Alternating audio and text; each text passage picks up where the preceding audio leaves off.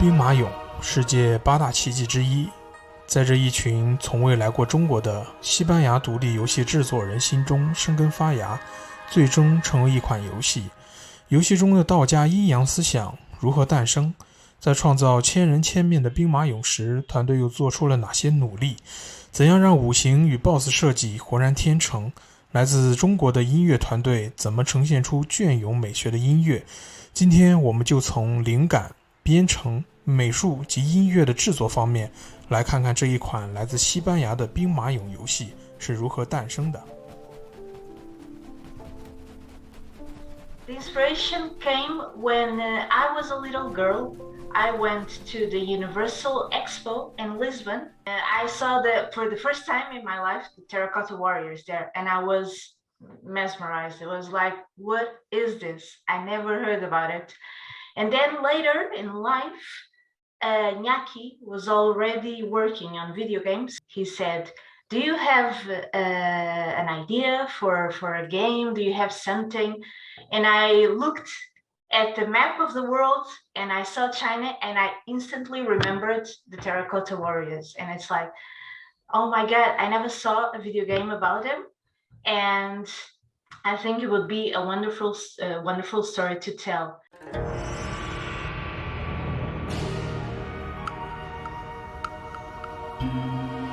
When you see the terracotta figures, you see that each one of them has a different feature. They are all different. They are all very unique. So it's impossible not to think that somehow there could be a soul trapped inside of that terracotta figure. So everything that I put around the terracotta warriors were just a way to bring them back to life.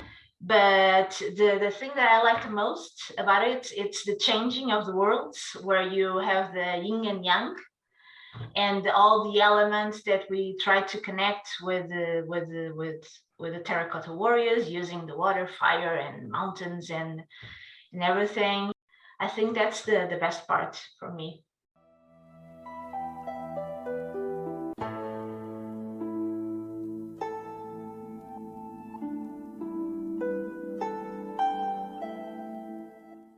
As Anna mentioned as well, the Yin Yang thing opens a whole set of categories. The setting and the story brings a lot of inspiration and a lot of restrictions at the same time. We did have some things clear that we wanted to combine adventure with puzzle, and the Yin Yang idea was really early, so that part we knew that we wanted to make that. Yin represents the underworld, and it's more like the ruins of the mausoleum.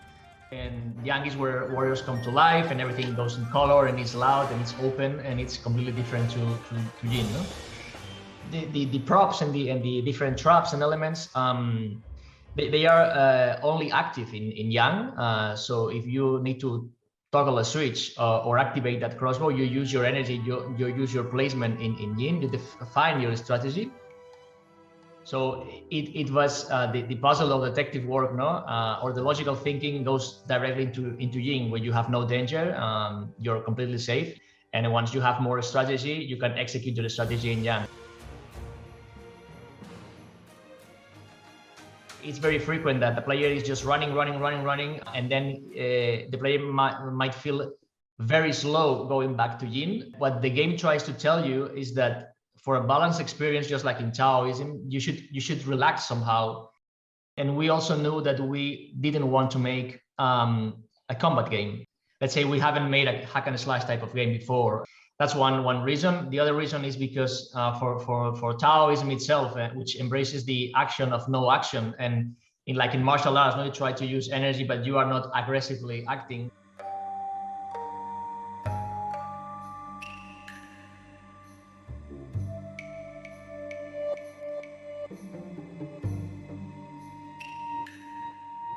And on top of that, we add a different mechanic when you are exploring different biomes and different elements on Taoism. Each element brings something new to the core gameplay. Like when we are playing the wind levels, we have the windmills activated by wind, and when we are in earth or in fire, we have all these different elements. Applying specifically for those levels for different switches and stuff. So after you have completed wind, water, mountain, earth, thunder, fire, lake, and heaven.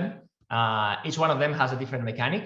And when you have completed all these 8 elements of Taoism, you have a new one, the 9th one, and that's one that we just created for the game, and it's called people.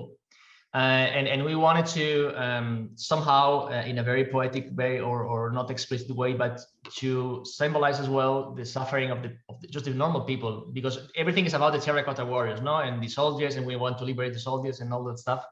But there's a lot of people that died in the mausoleum in the building of this, and we wanted to somehow give it back to the people, no? And we know how important it is for Chinese culture.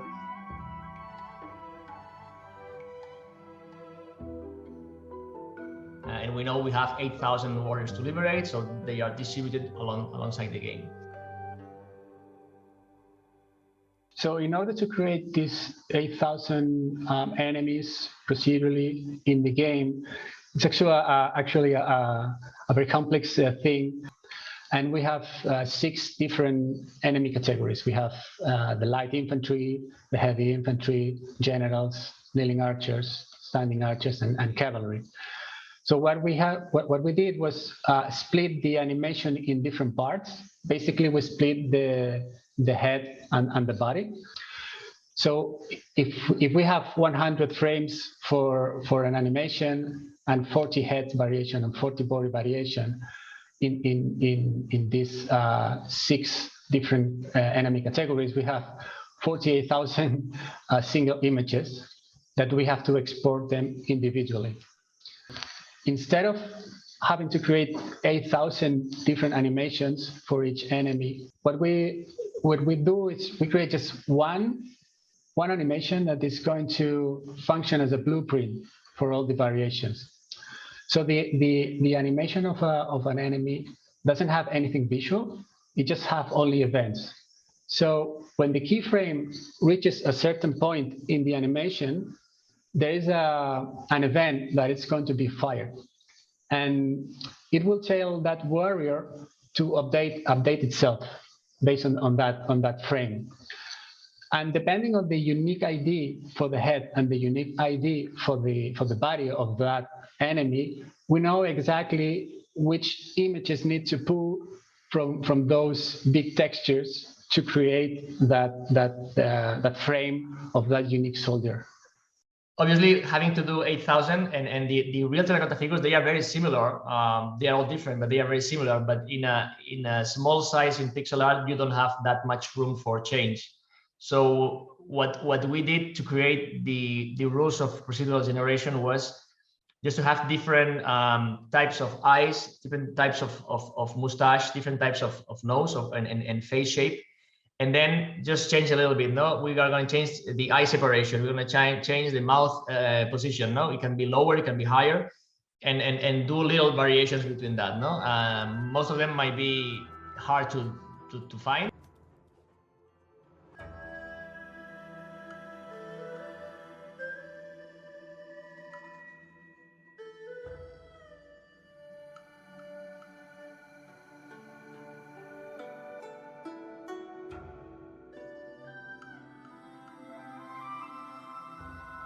So the bosses story is very interesting. It was a process where it started with Anna, as many things. No, she just brainstormed key words or concepts attached to the Taoist element. And then we had a concept artist doing character design and trying to apply all that. No, so for instance, in the wind boss, we had different variations of the head with the lotus flower, and we have the lotus flower in the top of the head or in the chest or in different parts. It's a wind element, so you ascend during the levels, and at the end you have a bird flying. And the same for all the different bosses, no? Like the water boss, like is doing twist, is swinging, and so on. No, each boss has these key elements that are not very specific to a creature of the lore, but try to answer some of the key elements that were attached to this particular Taoist element.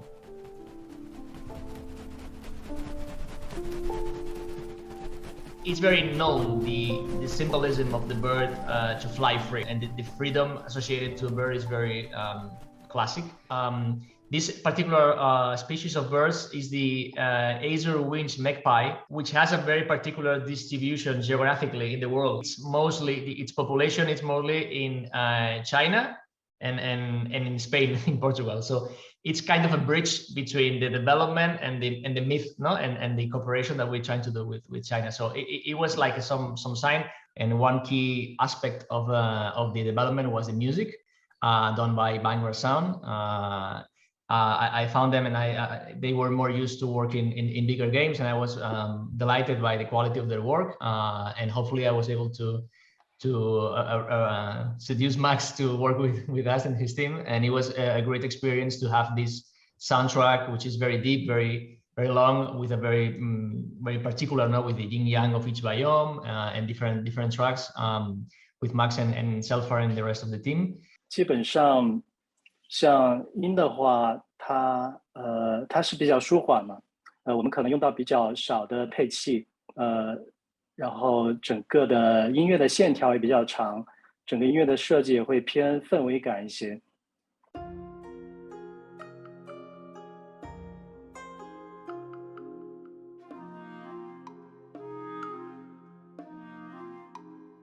然后到了这个阳的这个音轨的话，我们会在这个音它打底的这个气质和情绪的基础上去强化这个情绪，去增强它激烈的程度。比如说我们会立刻用更加丰满、更加大的一些乐器编制，然后会加入更多的打击乐器。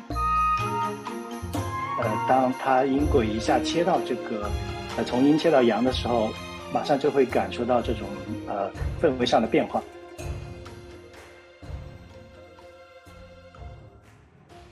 大部分情况是从他们那边的需求，然后我们再来细化。当然有一些例外，就比如说像山，因为就是山的话，可能它在这种传统的中国文化里面，包括传统的中国的古代音乐里面，它其实有太多的被引用到，太多的被引述到了，所以我在创作的时候，我也想提出来要不要也要考虑到这一点，因为毕竟也会有很多中国的玩家嘛，所以也出现了这种，我们也会提供一些，站在我们的角度提供一些输入。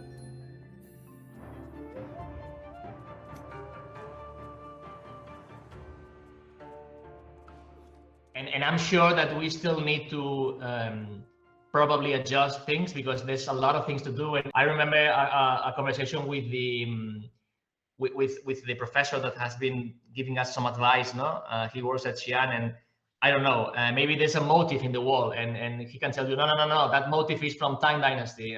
In that time, the motif was different, or no, that piece of clothing doesn't belong to that period in time. That period in history in China hasn't a lot of information, and it's very difficult to do it. So at some point, we needed to make some creative choices to have more freedom. But still, I'm hoping that still most of it's respectful with the tradition, with the values and the culture. We are an overseas developer. We're from Spain. We can put our creative vision, hopefully, but using or collaborating with people from China, I hope we have made a nice mixture. 亲爱的中国玩家们，大家好，我们是 Appnormals， 希望你们喜欢我们的游戏并内容，希望大家玩得开心，谢谢你们的支持，谢谢。